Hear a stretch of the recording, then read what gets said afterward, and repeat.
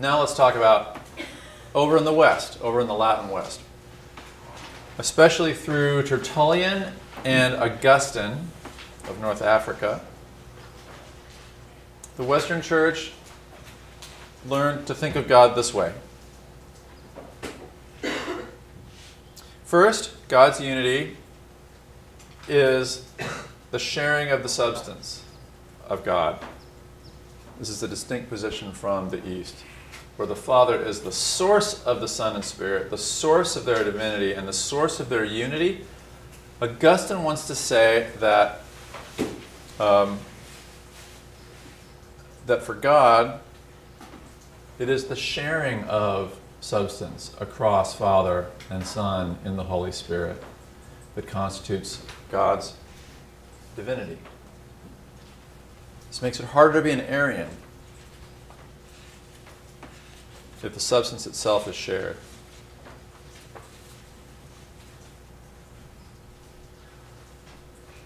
That's one distinction, but here's a point of common ground between the West and the East. The distinction of the persons, Father, Son, and Holy Spirit, is still a relational distinction. All right? The Son is still Son in that the Son is Son of the Father. The Father is the Father in that the Father is the Father of the Son. This is an icon of the Trinity that I think nicely captures the Western doctrine of the Trinity. It's Jesus' baptism. He's out from the water and he's praying when the Spirit descends in the form of a dove. Well, this is kind of an extra buff Spirit. This one will slay you. Who descends from the one who says, "You are my Son, with you I'm well pleased," and rests upon him. I like how the Father is looking down at the Son, and his hands are down in a gesture of giving, right? Bequeathing, begetting. You see here the relation of eternal begetting that distinguishes the Father and the Son. Same language that we used for the East, eternal begetting. And then another dynamic that we already saw in the East. The Spirit proceeds from the Father, a relationship of eternal procession. Look at the Son's hands in a gesture of receiving. You've probably seen people pray like that in church. So the Spirit proceeds not just from the Father, but proceeds to the Son. Right? He receives the Holy Spirit. And this snapshot of the Trinity that you get at the baptismal scene, this expresses the relations of Father, Son, and Holy Spirit that are eternal. It expresses in time the divine relations. But now, and here is where Augustine and the West are distinct from the East. Jesus sends the Spirit, right? He receives from the Father the Spirit which he sends. In fact, he offers up his Spirit on the cross. So it looks like the Spirit also proceeds from the Son, also in a relationship of eternal procession. In 1 Corinthians 15, Paul says, Jesus who receives all things will subject them back to the Father. He'll even subject himself so that God may be all in all. This is a relationship of radical sharing. Where is Augustine getting this material? Well, he's getting it from the story of Jesus. Not just in the biblical language of procession from the Father or being only begotten from the Father, not just in John's language, but in the narrative. A particularly influential text for him in a book called On the Trinity, where he lays this out, is Philippians 2, where the Son, who's in the form of God, humbles himself, offers himself even unto death on the cross, and God responds with the highest exaltation, with the name above every name.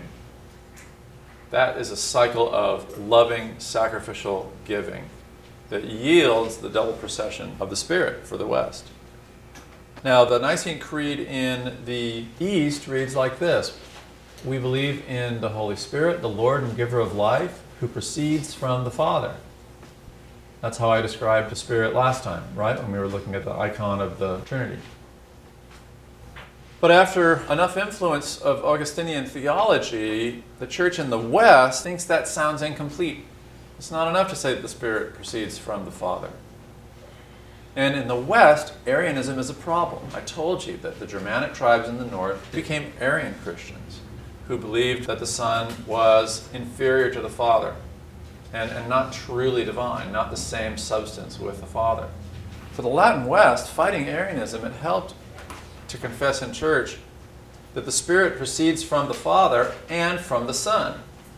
The West then added that to its Nicene Creed. If you're a Roman Catholic or an Episcopalian and you say the Nicene Creed in church, you probably say, we believe in the Holy Spirit, the Lord and giver of life, who proceeds from the Father and the Son. And that's an Augustinian spin on the Nicene Creed. In Latin, it's important to know this, the phrase is this, qui ex patre filioque procedit. From the Father and from the Son. That's what filioque means. All those words are together in Latin. Filius is son. Filio is from the Son. Que means also or to. Why do you need to know a Latin phrase? Because this word, filioque, comes to be the technical term for the distinctly Western doctrine of double procession, which in the Greek East is rejected. There are several reasons why the Eastern Orthodox Church rejects the filioque. First, they think it makes the Spirit less than truly personal. They think it exalts the Father and the Son, but relegates the Spirit to a relatively minor role. So they complain that the doctrine of the Holy Spirit in the West isn't robust enough, in part because of this. Secondly, they say, well, the narrative of Jesus, he does receive the Spirit and give along the Spirit, but that doesn't describe an ontological relationship. That doesn't describe a constituting relationship the way the language is used in the Gospel of John. And the West responds, look, either Jesus does display who God is or Jesus doesn't display who God is. And if he does, then the proceeding of the Spirit from the Son, as well as the Father, is something we should confess is true of God in God's essence. And third, the Orthodox Church is upset that the Western Church changed the text of the Creed without a meeting of all of the leaders of the whole church to do so. It would be as if the RS department changed the Westmont Statement of Faith just for the RS department. The trustees would be like, you know, you can have your own opinions, but you can't change the standard text of what the school affirms.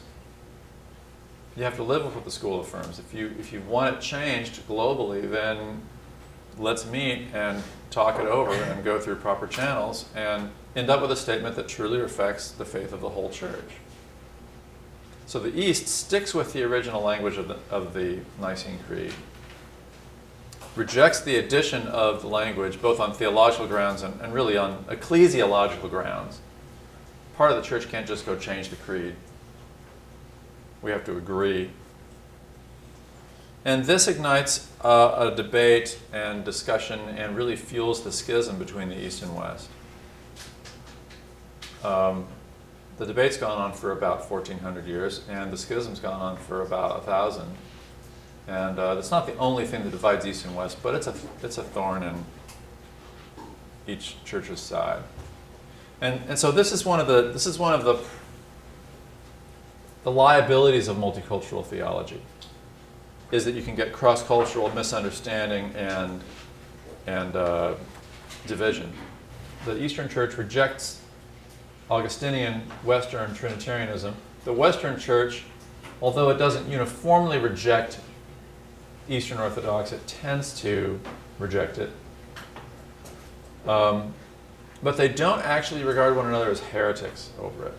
So neither of these rejected doctrines has been condemned by the other church as inevitably misrepresenting the faith so badly that it can't be tolerated. So you might say they tolerate each other's theologies rather than either accepting them or condemning them. Now, one other distinguishing feature of Augustine's Trinity is, especially in his work on the Trinity, is he wants to show how this God's world reflects this God's being. And let this be something that guides you as you think about the doctrine of creation. We're made in the image of God, right? If God is triune, then Augustine is going to seek traces of that triunity in the created order, and particularly in and among human beings.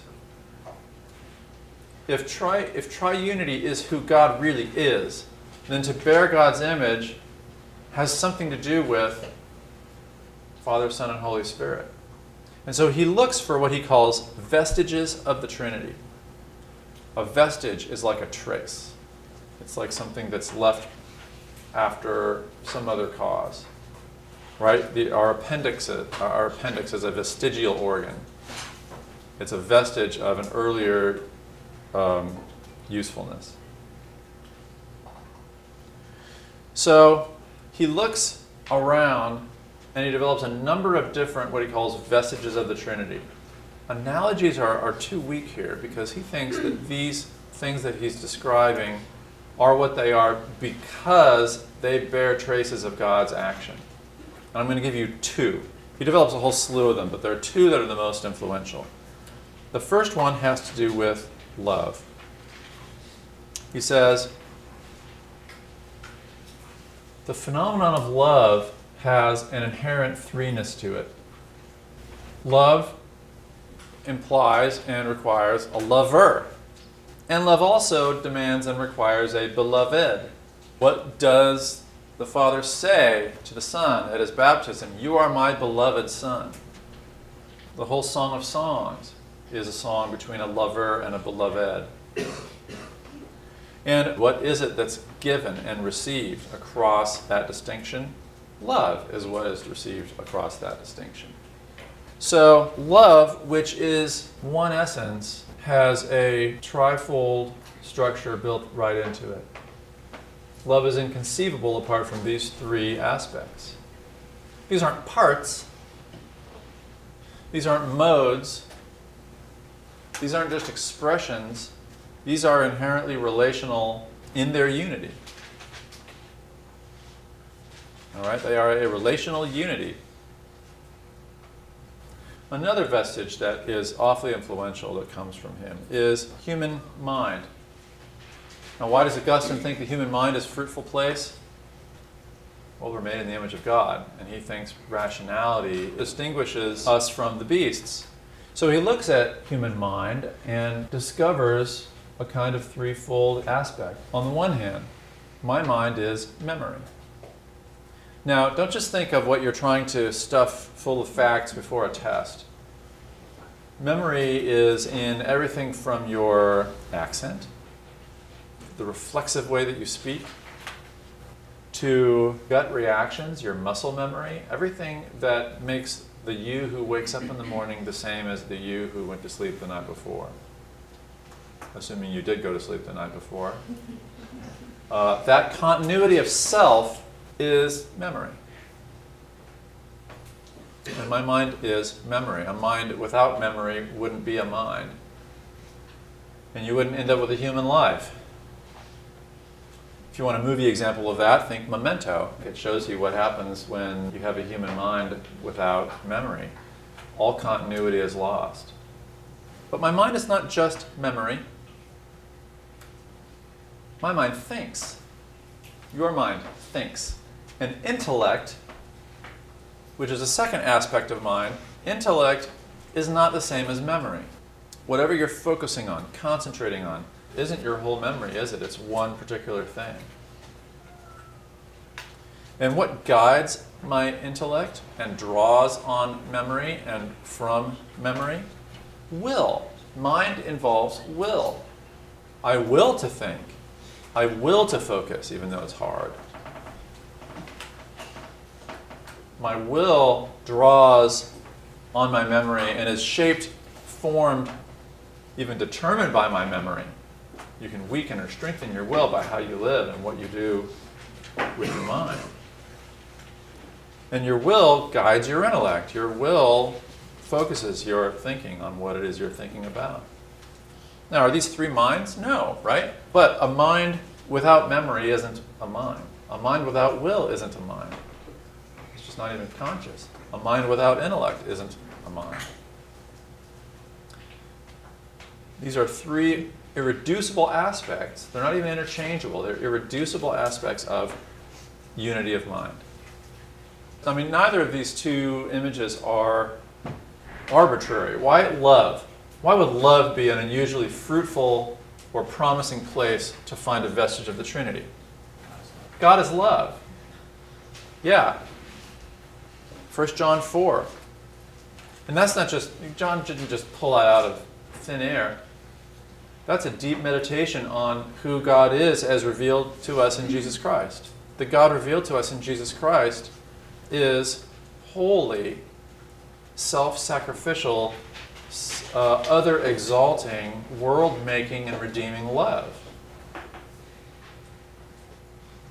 And we are called into those relations, aren't we? We are called to love God with all we've got, and to love our neighbor as ourselves, and to love one another.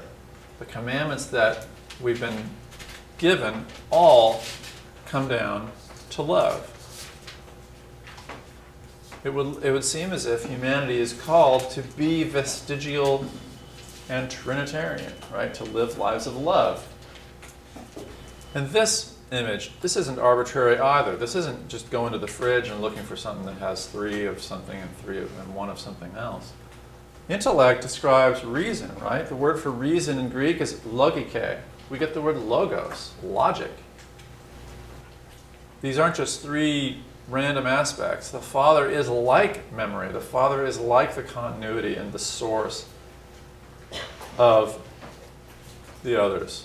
And will is the drive that leads Jesus into the wilderness and leads him back out and is upon him to preach good news and to deliver